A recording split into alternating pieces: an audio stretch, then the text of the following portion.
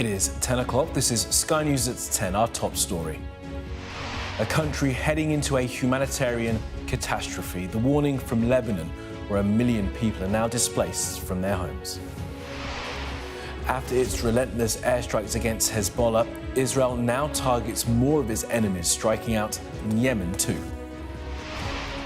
And the devastation where Hezbollah leader Hassan Nasrallah was killed, but his body is said to have been recovered intact. Also tonight, Kemi Badenoch criticised after appearing to question maternity pay, but the Tory leadership candidate denies she's in damage control mode. The most senior Conservative yet to be interviewed in the investigation into general election bets, the former Deputy Prime Minister Sir Oliver Dowden, and it was a sweet ride. I'm pretty sure my youngest son would say it was Sigma. Soaring into space with 2 spare seats, the rescue rocket, which will bring NASA's stranded astronauts home. And we'll take a first look at tomorrow's front pages in our press preview from 10:30.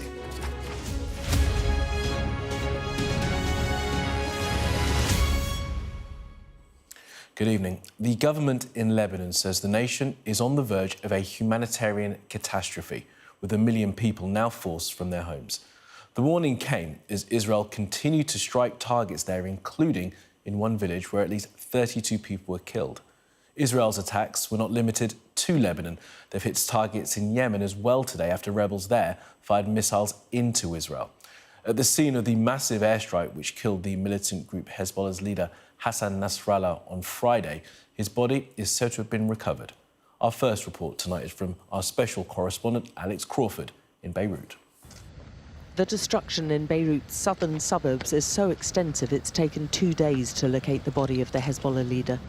In little more than a week, the powerful militant group has seen its leader assassinated, along with much of its command structure and its communication network smashed. Some of the excavation sites show the depths the emergency teams have had to go to in their recovery operation, but its loyalists remain defiant. This is a point of pride for us. We're steadfast and our morale is high. And the Israeli forces are still going, with airstrikes in the capital, the south and east. Beirut's on tenterhooks, with the country bracing for a possible Israeli ground invasion as Hezbollah scrambles to reorganize. This is the man thought most likely to take over as the new Hezbollah leader. He's Hashim Safieddine. We last saw him giving the eulogy at the funerals for some of those killed in the booby-trap pager explosions. He said then, "We're a people who cannot be defeated." The funerals were disrupted when the Hezbollah walkie-talkies started exploding. We were there as chaos erupted for a second day. Being caught up in experiences like these is likely to have cemented Safieddine's already hardline approach. Lebanon's already struggling to cope with a substantial humanitarian crisis as people try to flee the airstrikes. The Lebanese Prime Minister has called this an unprecedented movement of people, the largest in Lebanon's history, with an estimated 1 million people now displaced or impacted. The situation is really bad, really bad. We had to leave our house and now we're just living rough here. I don't have the words to describe how bad it is. The Lebanese Prime Minister called an emergency cabinet meeting with the country's rising death toll and a surging need for aid top of his agenda. They're appealing for outside humanitarian help as a matter of urgency. And the man in charge of his disaster management denounced the Israeli tactics of ordering people to evacuate before bombing. This is the professionalization of genocide. They make it professional by sending messages. But this is a genocidal act against civilian people. There are around 1,600 people were killed in the last few days. So this is just showing that they are professional by sending messages or tweets, but actually it's still genocidal. But leaving their homes on Israeli orders doesn't guarantee safety, as those running are finding out. Baby Allah is little more than 3 weeks old, but already she and her mother have had to move twice. They're now living rough with dozens of others at the entrance of Beirut's Blue Mosque. I'm only giving him ginger to eat, she tells us. No one is helping me with much milk to feed him. Her friend Sabaya, who has 2 children, including 5-month-old Amira, has similar worries. It's a huge challenge trying to care for them. Everything's difficult, Sabaya told us. Renting a house, finding milk, nappies, just living. Families and the young are the most vulnerable, with no shelter and no end in sight to it all. Yet growing up believing their fate and future is firmly linked to Palestine and Gaza. Alex Crawford, Sky News in Beirut. Well, the Pope suggested today that Israel's airstrikes risk going beyond morality. Pope Francis said that defence by any country must always be proportionate to the attack. Well, the Israeli military says it has repeatedly issued warnings to those in Lebanon to evacuate areas before conducting airstrikes. It says certain neighbourhoods near the capital, Beirut, specifically Verge al-Barajneh and Hadat, are Hezbollah strongholds where weaponry and ammunition is stored. Now the Israeli Defence Forces are ordering everyone in the Bekaa Valley to the east of Beirut, as well as those in the south of the country, below the cities of Sidon and Chibah, to urgently evacuate their homes. Ain Deleb is a village in the region. It was targeted in an Israeli airstrike in which at least 32 people were killed. And Israel's airstrikes are not limited to Lebanon. Today they attacked Houthi targets in Yemen. Well, the Houthi media office said that the Israeli strikes hit the ports of Hodeidah and Ras Isa, along with 2 power plants in Hodeidah city, which is a stronghold for the Iranian-backed rebels. Our security and defence editor, Deborah Haynes, reports. Israeli airstrikes in Yemen against a militia linked to Iran as fears of regional war grow. Israel said it hit a port used by Houthi militants to transfer weapons after Houthi missiles were fired in its direction. This country is fighting groups aligned with Tehran on multiple fronts. Here, soldiers in northern Israel look poised to expand an offensive against the region's biggest paramilitary force, Hezbollah, in Lebanon. They've already killed its leader and devastated its ranks, while also striking Hamas in Gaza. Our enemies and our friends return to see Israel as it is, a strong, determined, powerful country. But I tell you, citizens of Israel, these are also challenging days. Because even in these days, we should not forget that we are in the midst of a difficult war, the cost of which are heavy. While here in the north, there has been a rise in rocket fire from Lebanon, there's not yet been a major retaliation from Hezbollah or its chief backer, Iran, since Israel launched its expanded offensive almost 2 weeks ago. A bigger response is likely, but until then, or when calls for a ceasefire are heeded, Israeli forces seem intent on pushing forward. As Israel mobilises, the US is increasing its air defences in the region and putting troops on heightened readiness, with Joe Biden still hoping all-out war can be avoided. It has to be. We really have to avoid it. We've already taken precautions relative to our embassies and personnel who want to leave, but we're not there yet, but we're working like hell with the French and many others. Camped out at a hotel in Tel Aviv, the Golan family is one of the reasons why Israel says it's on the attack. It's my toys. They're among some 60,000 Israelis who fled their homes in northern Israel almost a year ago because of Hezbollah rockets. We came from a very difficult place. The alarms began. The girls were terrified, scared. A row erupts over whether Israeli troops should launch a ground assault into Lebanon. The father wants them to go all in. His mother-in-law isn't so sure. But they all hope Israel's offensive against Hezbollah will eventually mean they can return home. I want to go home and raise my children in my home, my town, the place where I grew up. I won't give up returning there, no matter the price. This region and the world could be about to find out just how high that price might be. And Deborah Haynes joins us now from Haifa in northern Israel. Deborah, with the US sending more assets to the region, is there an expectation that Iran might be preparing to strike Israel? I mean, that's clearly one of the big concerns that's overshadowing the thinking here and the increasingly urgent calls for a ceasefire that has so far been unheeded by all sides involved. The Iranian president tonight has released a statement saying that Israel should not be allowed to attack countries that are aligned with Tehran. He said that these actions will not go unanswered and there will be a response. But Iran has seriously miscalculated the risks that Israel is willing to take in its intent to degrade Hezbollah, to allow its civilians to return to the north. And it must, as in the Iranian regime, now be wondering how it can possibly respond. The rules that have really kept this volatile region from exploding have been ripped up in the last few weeks and in the last few days, especially with the killing of Hassan Nasrallah. And so the Iranians must be thinking whether they really do need to now show their hand, and also whether they can be powerful enough to have an impact, because to show their hand and not have an effect would be devastating for them. Rains in Haifa for now. Thank you for that. Now, Kamali Melbourne is one of the frontrunners to become the next leader of the Conservative Party, but tonight she finds herself accused of not supporting women after appearing to suggest maternity pay is excessive. She said she had been misinterpreted.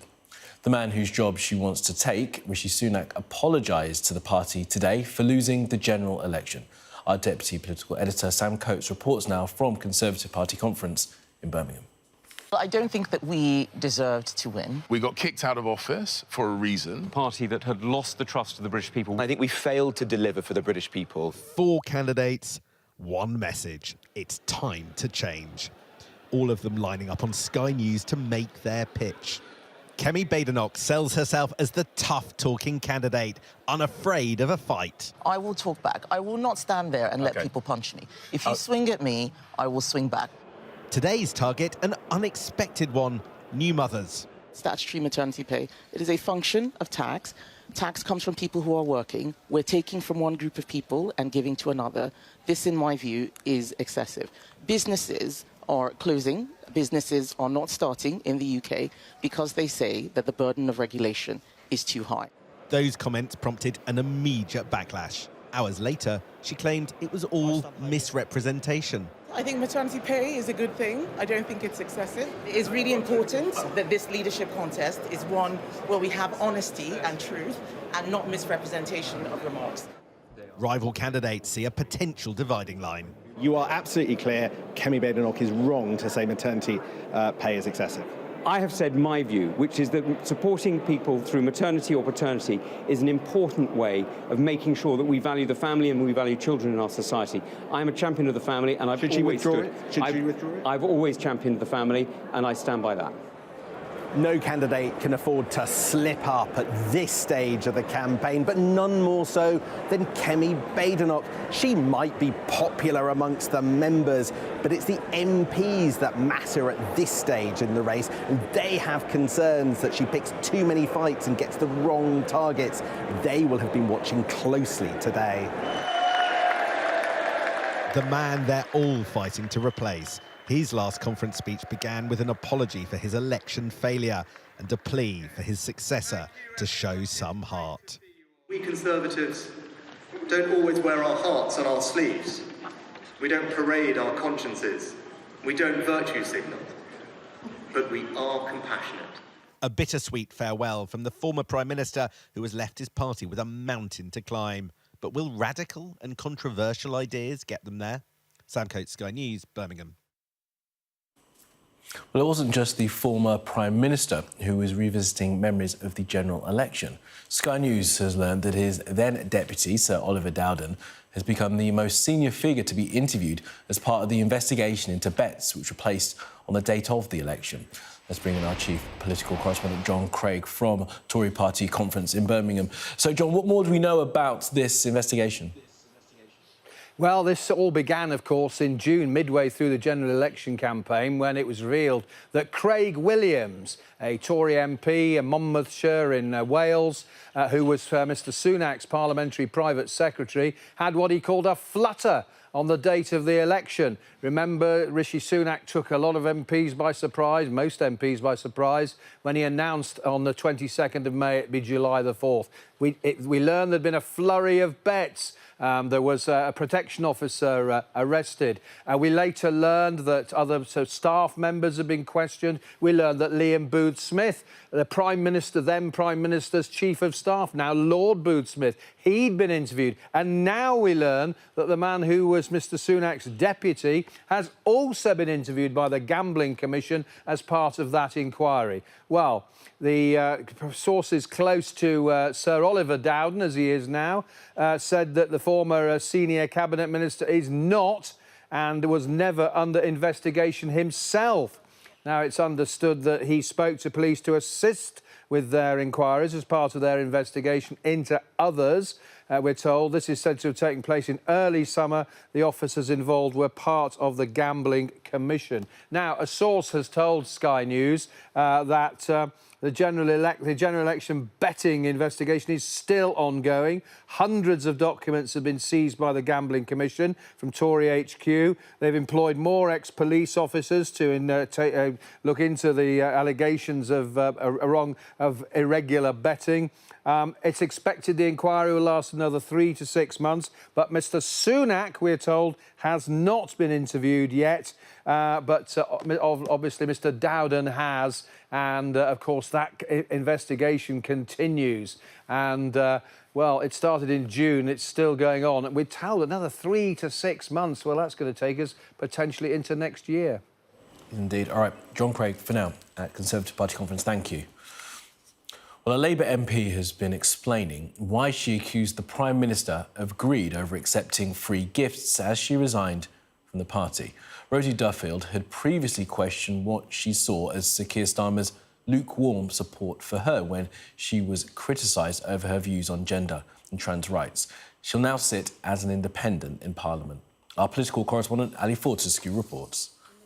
The bill clearly conflicts with the Equality Act and would have repercussions for women. It's long been a strained relationship. Rosie Duffield's view on trans policy put her in the spotlight and at odds with her party leadership. Now, her most damning verdict yet. When you've got people with so much more money than the average person spending somebody's yearly salary on their own clothes without feeling that they have to apologise or explain, I just feel like I'm not getting anywhere with trying to get that from my leader.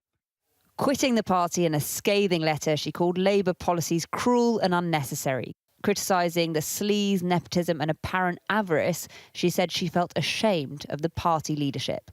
But I don't think her characterisation of the Prime Minister is right. I think he's motivated by public service. There have been campaign contributions around presentation. There's nothing new or unusual about those. Labour have now confirmed rules on ministers accepting hospitality will be made more transparent. But the news of their first MP to resign is a shot in the arm at the Tory party conference. This feels like it could be the biggest boost yet to the Conservatives since Labour have been in power. Rosie Duffield's resignation is not the most extraordinary thing that's ever happened, but her letter is scathing. And with anger about winter fuel payments, stories about freebies, 7 Labour MPs that have already been suspended over the King's speech, it all just adds to the sense that we are 3 months in and Labour is a party not as united as it should be. And as for the electorate in Rosie Duffield's constituency of Canterbury, there's a message to Labour. I think they do look a bit like hypocrites, don't they? I know the Tories have been doing it, but there's no point in shouting from the sidelines all these years and then saying, well, we'll do the same then. If he wants to take free gifts, what's the problem with that? You know, would you take a free gift? To have voted someone in on a Labour standpoint and then to stand independent, I think we probably are due a by-election at this point. This is still a Prime Minister with a 166-seat majority, but a strained relationship has now turned to all-out loathing, and an enemy this Prime Minister does not need. Ali Fortescue, Sky News. Now, Austria appears to have become the latest European country to move to the far right in parliamentary elections. The country's public broadcaster's exit poll puts the Freedom Party ahead of the governing Conservatives with 29.1% of the vote. Now, no one party is expected to win enough seats for an outright majority, and so they'll have to try and form a coalition government. An 8-year-old boy has died after being shot at a farm in the Warkop area of Cumbria yesterday. The boy was taken to hospital by air ambulance with injuries to his head and face. He died overnight. A man in his 60s has been questioned on suspicion of gross negligence manslaughter. Flooding and landslides caused by continuous rain have killed at least 129 people in Nepal. Now, the number of dead is expected to rise, with dozens still missing in villages all across the country. More than half the deaths have been recorded in and around the capital, Kathmandu. Now, a rocket launched today with 2 spare seats on board as NASA prepared to bring its stranded astronauts home. Sonny Williams and Butch Wilmore's stay on the International Space Station was due to be measured in days, but they'll end up spending months there after their original craft malfunctioned. They'll instead be brought home on one of SpaceX's spacecraft, as our science correspondent Thomas Moore reports.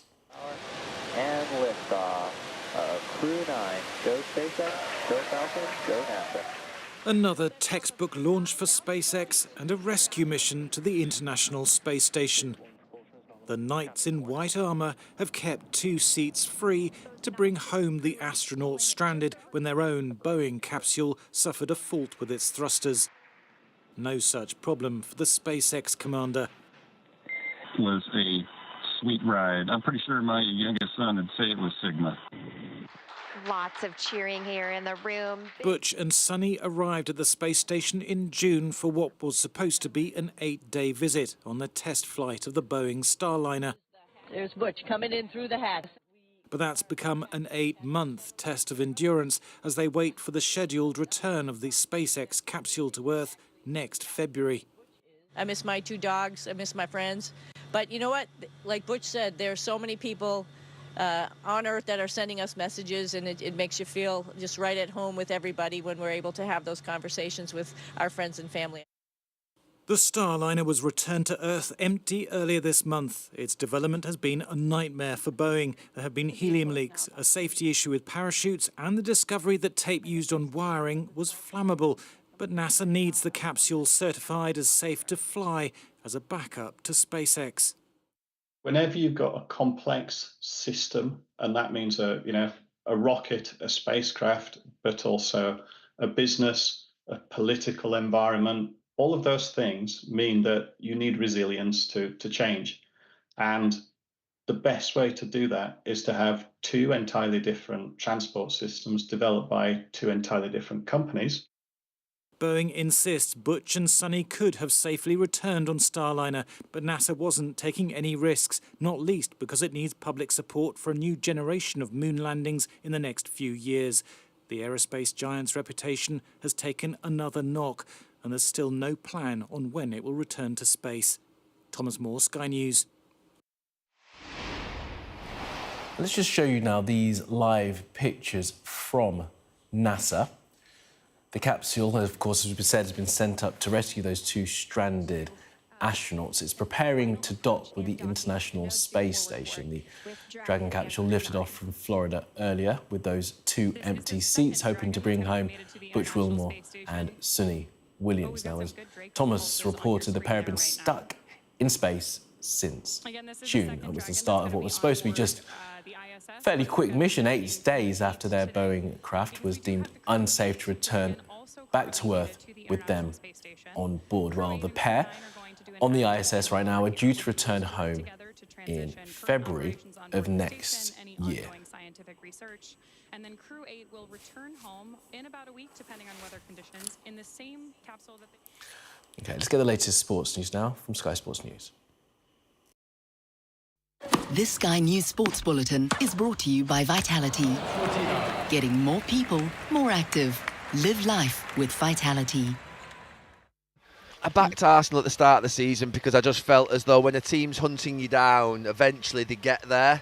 more often than not when they're getting closer and closer. And Arsenal, I thought today felt like a monumental, defining moment in this journey that Arsenal are on of trying to get to a league title. You know, 2 seasons ago, they quite simply fell apart in the last 10 games. Last season, they go so close, and then you think, right, okay, they're learning, they're maturing. And some of their play, by the way, in the second half, not just the defensive play, but you know, you think of sometimes used to admire the old Italian teams or the old sort of, if you like, teams in Europe that would be able to get through and waste time and do things that frustrated the life out of you, but because they were so experienced. So they demonstrated that in the second half and just didn't get over the line. So, look, you know, it's nothing to do with wanting Manchester City to not win the title or Arsenal to win the title. It's, in fact, we're effectively neutral with these two teams. But you just think today and tonight, where will we be in April and May with this game? Will we be talking about going back to that final minute and what happened with the John Stones? Or will we be thinking that City win the title by 1 point and that moment determines it? It's ridiculous because there'll be drop points and there'll be mistakes and there'll be lots of victories before the end of the season. But it is that type of situation when you're up against Pep Guardiola. He makes you feel that way. And there are other teams, Jamie. You're allowed to mention Liverpool, who were top this morning. How are you feeling about the title race? Yeah, I think it'll be a little bit similar to last season, where Liverpool are just slightly behind these two teams, and improving and looking to maybe really go for it next season. And you know the manager knows everything about his squad, and he looks exactly who he wants to bring in, because he hasn't really bought anyone. And I'm just trying to think, Chiesa's more of a squad player. They brought a goalkeeper from Valencia, that's more for next season. So it's still last season's team. I still think Liverpool are the third best team. But going back to these two, I just still, always when I look at the squads and I just look at that attack Manchester City have got, and De Bruyne doesn't play today. I know Odegaard doesn't play, to be fair, as well, but I just think they've got a little bit more in those attacking areas, and I just think they've got a little bit more. And if Arsenal would have held on, it would have been a set-piece goal. And we know they're amazing at set-pieces. We saw it last week. They win the game at Tottenham. But you can't win the game on set-pieces every week. Sometimes it's got to, the quality of your players or the finish. And I just think Manchester City have the edge there. It is just worth mentioning the reason we were watching the second half like that was because of the sending off just before half-time, which obviously completely changed the dynamic of that second half, which is disappointing because we wanted to see the game 11v11. We didn't want to see Rodri go off either. But I think that, Arsenal will make the point, I'm sure, around the Doku, kicking the ball away. They're absolutely right to. I think we made it at the time. I think Michael Oliver had as difficult a first half as he will have for a long time, because he's, quite simply the number one referee that we have. But it was a tough game out there for him in that first half. You could feel the heat coming upon him. But I did think that the sending off was a sending. This Sky News Sports Bulletin is brought to you by Vitality. Well, that was Sky News at 10. Coming up, we'll take a first look at tomorrow's papers in our press preview. Tonight, we're joined by the barrister and former Conservative Minister, Anna Soubry, and by the columnist, Angela Epstein. Now, among the stories, we'll be discussing this on the front of the Financial Times. Its headline, Israel steps up attacks on Iran proxies. We'll be right back.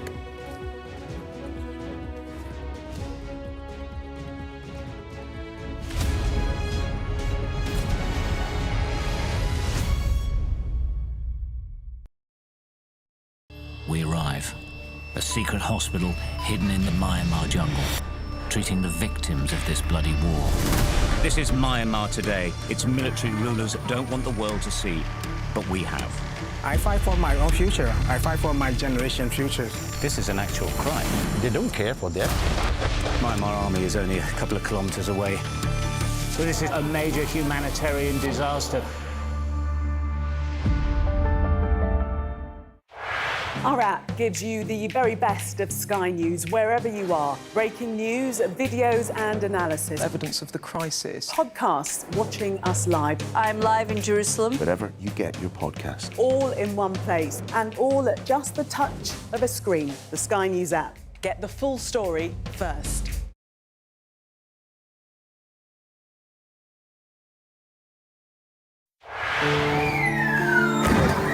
They've pushed the protesters further back here. There's around 200 or 300 still remaining. I'm Dan Whitehead and I'm Sky News' West of England correspondent. This van goes onto the streets of Plymouth 7 days a week, 365 days a year. These facilities at the moment are a lifesaver. It's all we've got. From fishing communities to bustling cities, we spend every day reporting from across the region. I'm going to have nowhere to live for about 3 or 4 months. They are coming from the epicentre of what is now a global health pandemic. We were seeing and speaking to young women who were selling themselves right on the high street. Before Brexit, these oysters were being exported to the EU, but the trade stopped overnight. What's your feeling about the future then? Blake, it'll be finished, I don't know.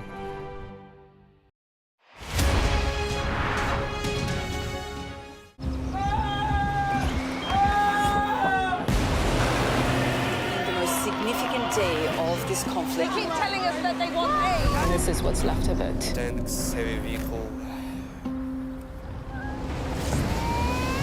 Why only in America? People want their country to work. They want a job in a normal life. Why are these homes empty? I want you to be honest with people.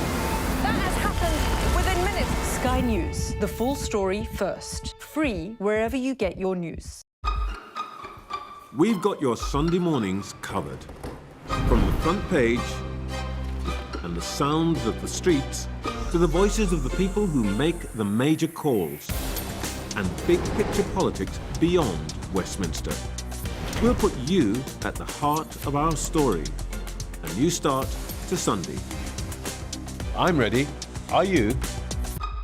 Join me, Trevor Phillips, Sunday mornings on Sky News. There's always more to the news than a headline.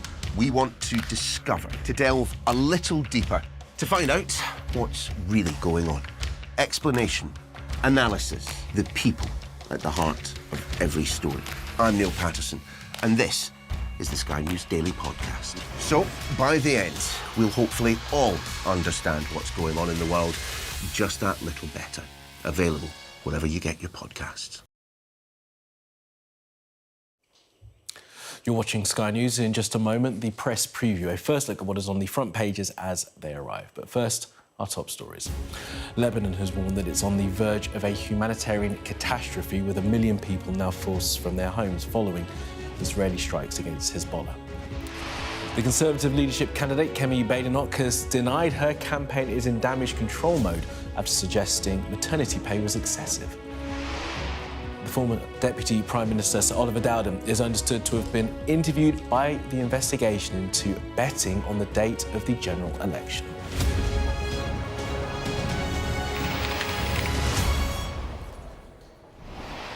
Hello, you're watching the press preview. A first look at what is on the front pages as they arrive.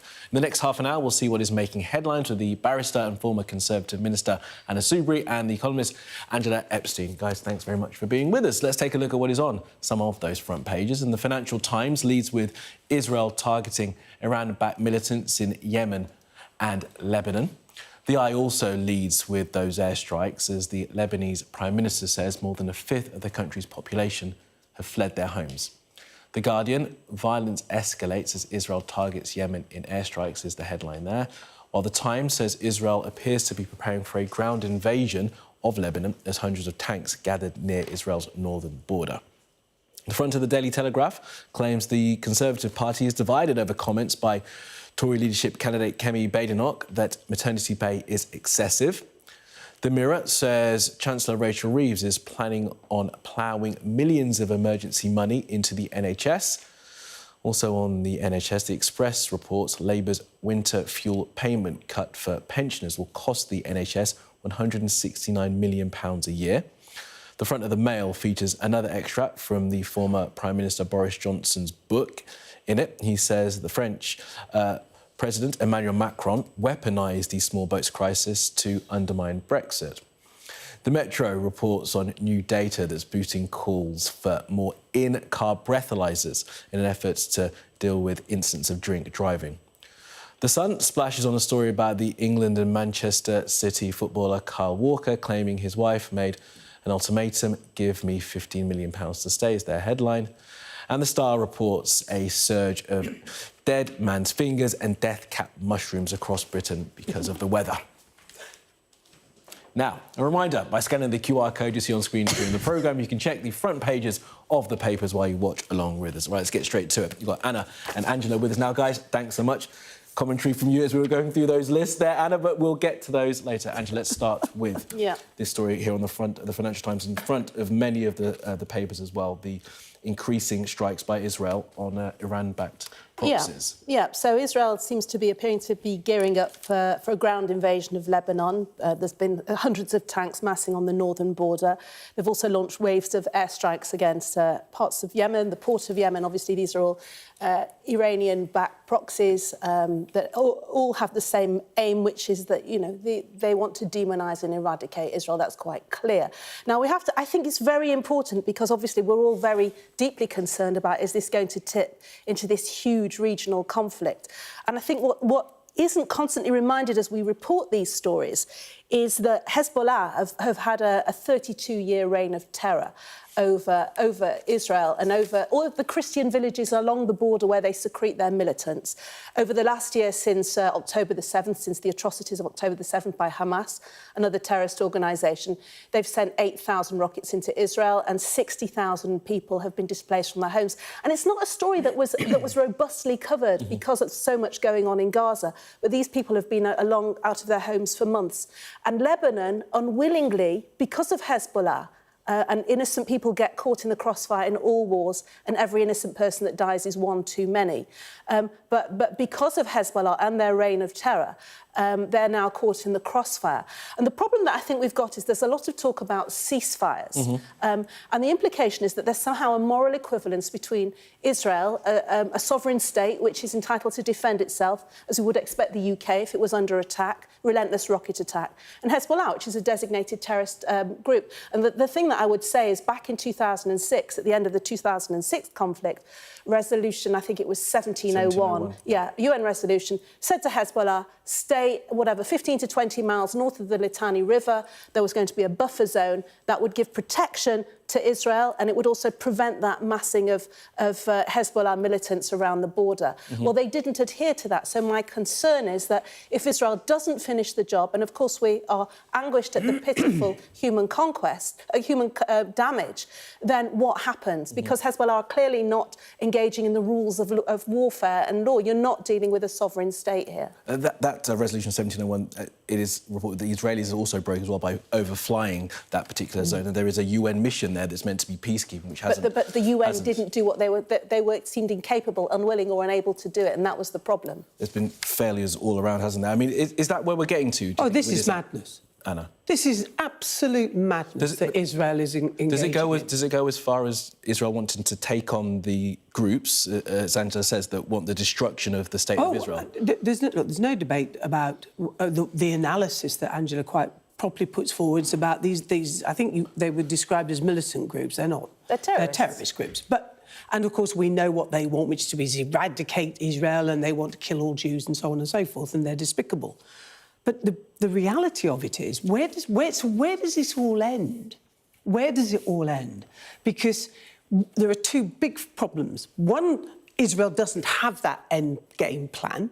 And secondly, Israel is incapable of understanding that what fuels these wretched terrorist groups is their inability to sit down and accept that the solution is a two-state solution. A homeland for the Palestinians, a sovereign state, and Israel as well, living side by side. Hang on, Angela, you spoke for a long time. I did, sorry. And I was very good. You were good. And it makes a change, I accept that. But that's why I'm so critical of Israel, is that, one, they don't have an end. Where is the end game?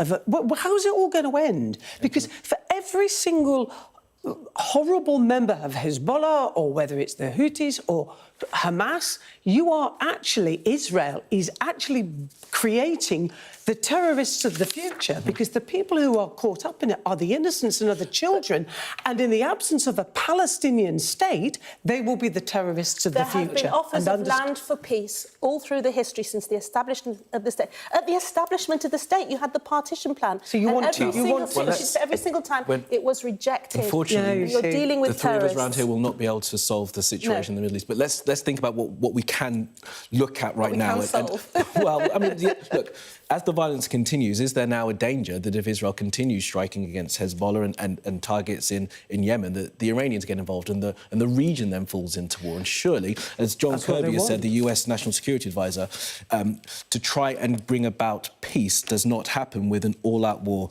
with Iran or Hezbollah. Right. Well, the thing is that the Iranians' vulnerability, if you like, was exposed with the very audacious pager attacks, which were very imaginative, very James Bond-esque. This idea that, well, should I answer my phone or look at my will I be next? And the fact that, you know, obviously Iran wants to be the regional leader in the Middle East. Iran is the sponsor, the state sponsor of all the terrorism surrounding Israel, from the river to the sea. They want to eradicate the state of Israel, as you say, and all the Jewish people that live there. But yet, there hasn't been an immediate response. We had the 300 or so rockets that came last time. In April, and thankfully, because of the Iron Dome, there were no serious casualties. I mean, that's what nobody wants, an escalation. Everybody wants it to. I think Netanyahu absolutely I think Israel just wants to finish the job and live in peace. They did not want October the 7th. What is finishing the job? What is finishing the job? The question at this stage. At this stage, look, I'm not a soothsayer. I don't have a crystal ball. But and I know it's a difficult analysis, but in the Second World War, there was no suggestion of let's half finish the job with the Nazis. We'll do what we can in order to protect our sovereign state, as we would expect any state to do. What are they supposed to do if you half finish, if you don't at least do enough to make them retreat? So you're going to... Israel's aim is to kill every single terrorist in all these countries. That's really going to happen? Is it? Of course it's not going to happen. It's going to do its best to protect strike against Tehran? To protect its citizens. I'm sure it does not want to strike against Tehran. It absolutely is baiting the bear. It does not want to That's exactly what it wants. And the rest of the world then has to take the consequences of this irresponsible behaviour by Netanyahu and his cronies. I couldn't disagree more. OK, well, look, disagreement, but we're going to move on to the next... Done respectfully. Precise, which is the best way of us being able to do it. Let's move on to the story on the front of the Telegraph, and we'll see whether we disagree and can do that respectfully. Over this particular one, this is Kemi Badenoch. The headline, I'll just read it out directly, sparks Tory splits over maternity pay costs. And just to remind viewers, if they weren't paying attention earlier, what Kemi Badenoch has said in an interview with Times Radio, that maternity pay is excessive. She then rode back on what she'd said, but she'd already said Yeah, she rode back on it, saying, as a mother of three, as if that was somehow relevant. I hate that. I really hate this kind You're of a mother of three, I'm a mother of two. I'm a mother of four, actually. Oh, sorry. But yeah. Sorry. Yeah. A lot happened since we last saw each other. But this is... I mean, if you're going to stand for the Tory leadership, given the atrocious battering that they've had, quite rightly so, in my view, the one thing you don't do is bang on or allow this particular row to bubble up, because it looks like you're attacking working women. And we know the Conservative Party has a problem with women. And if you want to talk about what really concerns so many mums and dads, it would actually be the cost of childcare, not the costs to business of maternity.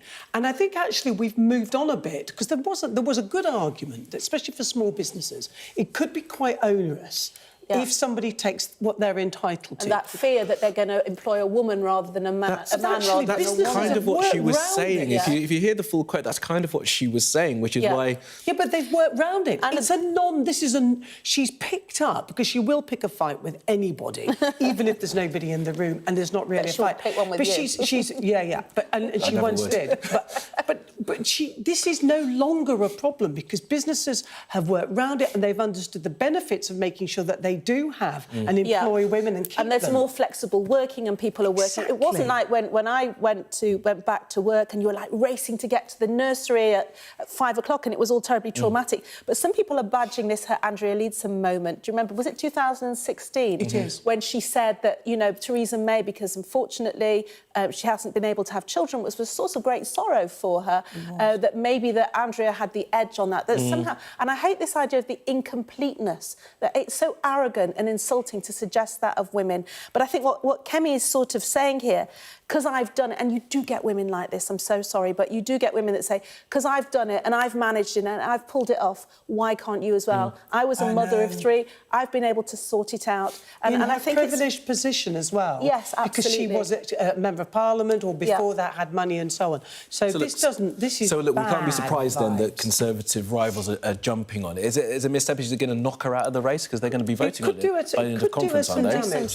Some very serious damage. Also, if she is seen as somebody who, like you say, who pokes the bear, who's always going to be the one soundbite trigger the whole time because she's going to kick off and say something nuclear every time she opens her mouth. What the Conservative Party need at the moment is cohesion, calm, togetherness, a return to those values, fiscal responsibility, security, domestic assuredness, all the things that people want from a calm, renewed Conservative Party. And you've got this nonsense. You see, just remember this, there are only 2 that will go to the members. And so where this really resonates is amongst members of Parliament, because the Conservatives will decide the final 2. And it's going to be between her and Cleverly, because Tugendhat will get knocked out. Where do his votes go? And you could see now that it's going to be between Jenrick and Cleverly. And in that event, hopefully Mr Jenrick will lose, because Cleverly, although I wouldn't vote for any of them, he's marginally better than Robert Jenrick. But he's a centrist and he's calm, and that's what they need. And that's arguable. And Kemi has said that she was misinterpreted. Let's just be fair to what she said. But she did say it. All right. Angela, Anna, thanks. Thanks both. That's the thing we'd say, not yet. All right, well, coming up, more from the papers, including this in the Express on the impacts, cuts to the winter fuel payment to pensions and the impact, that they could have on the NHS.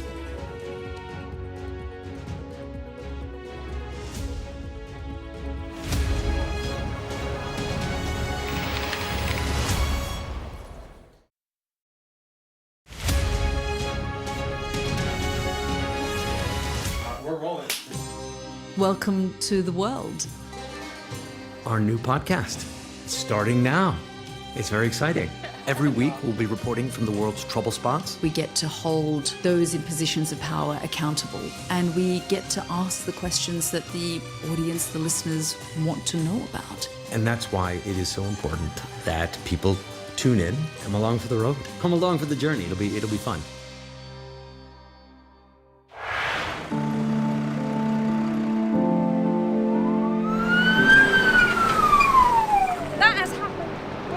And now it's coming from both sides, and it's moving this way.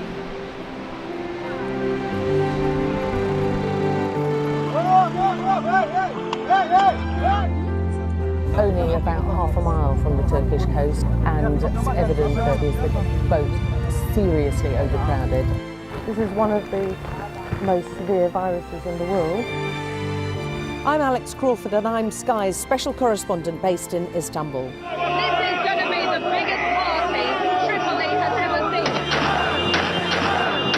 That's it. It got us then. There's a lot of action going on, a lot of hits coming in still. We aim to be the best and the most trusted place in news.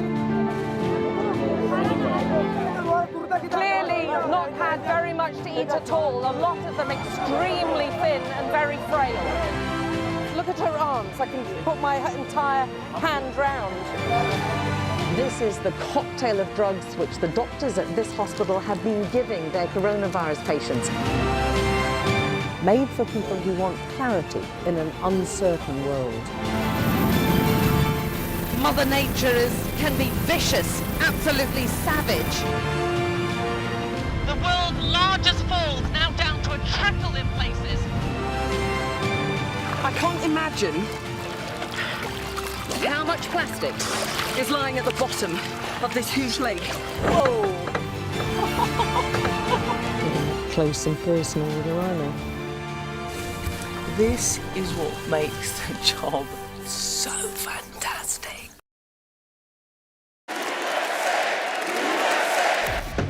I say, bring it on. With America divided and tensions running high, get ready for an election like no other. Join our teams as we follow the campaign trail as America decides. We will win, win, win. Get closer to the action this US election with full reaction and analysis. Sky News, the full story first. The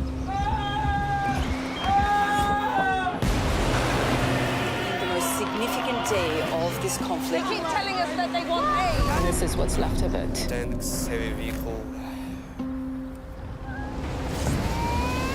Why only in America? People want their country to work. Just want a job in a normal life. Why are these homes empty? I want you to be honest with people. That has happened within minutes. Sky News, the full story first. Free wherever you get your news. Hello, welcome back. You're watching the press preview. With us, the barrister and former Conservative Minister Anna Soubry and the columnist Angela Epstein. Angela, let's get straight on with this. Next one, we're going to start on the Daily Mirror. Emergency money is the headline. And someone take us through the story, Angela. Yeah, so Rachel Reeves says that she will... I was just about to go into a Rachel Reeves voice, and that's very dangerous, isn't it? That kind of mechanical voice. Rachel Reeves will plough any spare cash, I'm not sure where that's going to come from, into the NHS to repair the damage. 14 years of Tory cuts. So she says she's going to put saving hospitals by slashing record waiting lists at the heart of her first budget next month. Obviously, the concern with this is that we've just seen so much good money go after bad within the NHS. You know, and it's a cliche. We treat it as a religion and the money goes in, and it's not the amount of money, but it's the mismanagement of the money. If you talk to anybody that works within the NHS, any kind of clinical leads, they'll tell you that it's the poor management rather than the lack of funds, or the two go hand in hand. And, of course, in tandem with that story is the front page of the Daily Express. Cruel winter fuel cuts will cost the NHS £169 million. We'll come on to that in a second. I'm trying to get Angela's thoughts on the extra money going in. I mean, and the point I think Angela's making... Sorry, Anna's thoughts on it. The point Angela's making there is about the reform as well, that has to go hand in hand.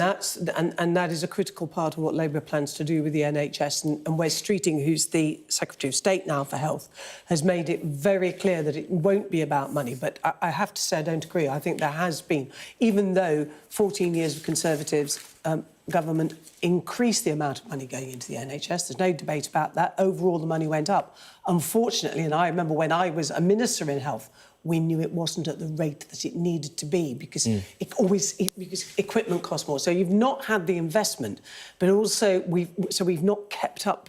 Especially on the technological side, as we should have done. But actually, I think this is another bigger story, which is Labour's had some very difficult weeks, and it's been rolling the pitch that it's going to be an awful budget. We're going to have tax rises, and it's all gloom and doom.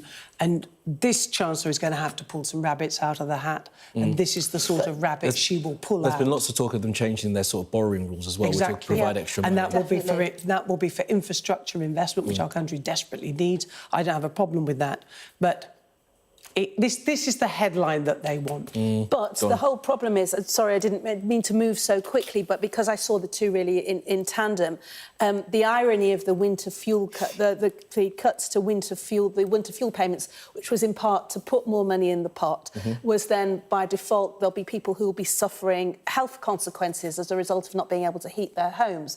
So what they save in terms of cutting the winter fuel payments, absolutely. I mean, it's 9 million pensioners who are going to miss out. Isn't it? So bizarre economics that are completely skewered, and this idea of sort of this is proper management, and then we've also but this is the Daily Express, so we always have to take a very large dose of salt. When OK, but we've got to also put it. 169 million. OK, but we've also got to put it in the context of the freebie scandal. So we've got looking for emergency money, we've got winter fuel cuts, and meanwhile it's the row that will not go away, which is the amount of money that. But let's talk about winter fuel cuts, which is on the front page of the Daily Express. It's relevant because it's very difficult for them to argue about winter fuel cuts when they've got a Prime Minister who's more than capable of paying for his own. It was one of the reasons Reggie Duffield gave for becoming an independent. But go on, Anna, quickly. No, it's really quite important to counter this, because it's not right that somebody like me should be getting a winter fuel allowance.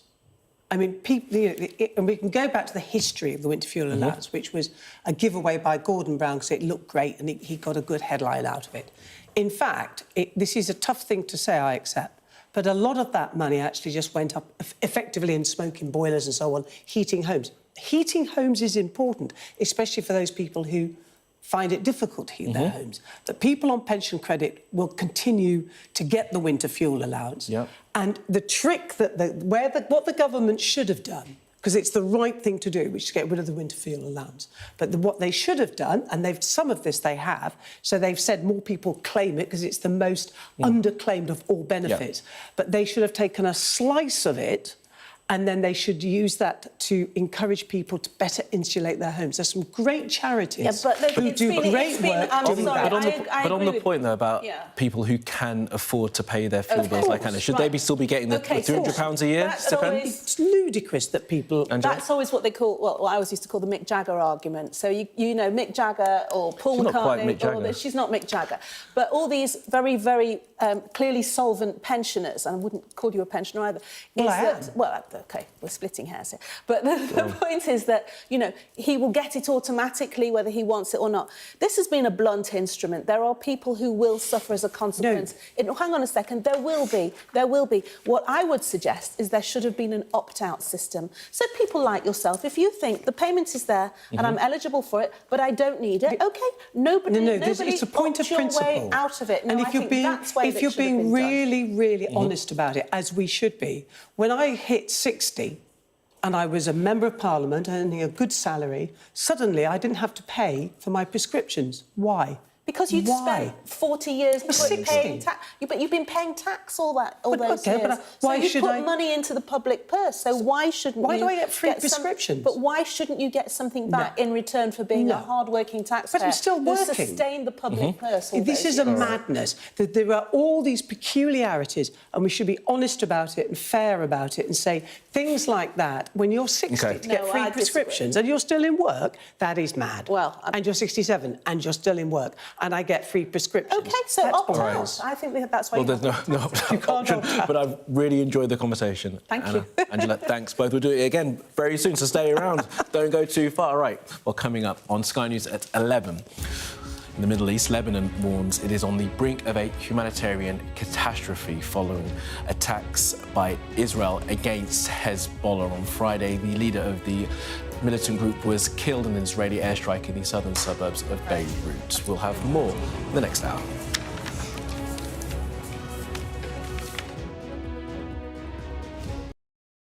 There's always more to the news than a headline.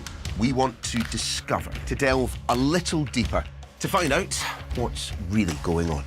Explanation, analysis, the people at the heart of every story. I'm Neil Patterson, and this is the Sky News Daily Podcast. So, by the end, we'll hopefully all understand what's going on in the world just that little